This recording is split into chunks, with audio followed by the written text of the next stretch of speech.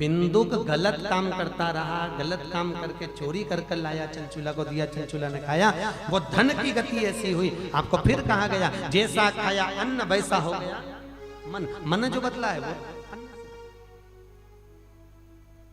गुरु क्यों पर्दे में भोजन करते हैं, संत क्यों पर्दे में खाते हैं? क्योंकि तुम्हारी दृष्टि ना। भीष्म पितामह तो युद्ध नहीं करते थे, तो इस दुर्योधन ने शकुनी मामा से कहा था, मामा जी मेरे इतने भाई मर गए और ये युद्ध नहीं कर रहा पितामह, ये बाण क्यों नहीं चला रहा है, इनको गुस्सा क्यों नहीं आ रहा? तो शकुनी मामा ने कहा, भांजे भीष्म पितामह एकांत में भोजन करते हैं, पर्दे में भोजन करते हैं, सात्विक भोजन करते हैं, इसलिए उनको क्रोध नहीं आता। अगर पितामह को क्रोध दिलाना है, पितामह को अगर गुस्सा दिलाना है, तो उनके भोजन पे चंडाल की दृष्टि पड़वा दे, गुस्सा आ जाएगा। चंडाल की दृष्टि पड़वा दे, क्रोध आ जाएगा। बस इतना सुना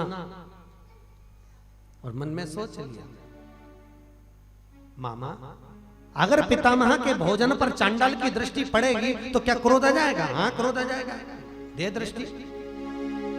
मामा पर पितामह को क्रोध दिलाने के लिए चंडाल कहां से लाऊं?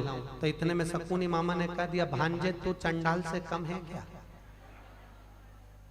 जो दूसरे की जायदाद खा जाए, दूसरे की संपदा खा जाए, दूसरे की दौलत खा जाए, वो चंडाल से कम होगा?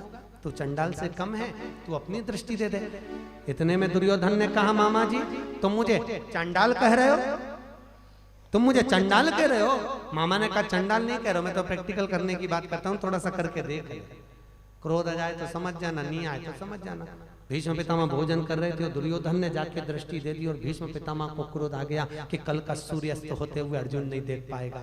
बस गुस्सा आ गया, केवल दृष्टि पड़ी भोजन पर और बुद्धि बदल गई। यहाँ शिव महापुराण कह रही है कि ध्यान देना कि हम जिस भोजन को ग्रहण कर रहे हैं, जिस अन्न को ग्रहण कर रहे हैं, उसकी दृष्टि देखी जाती है कि दृष्टि कैसी पड़ी है,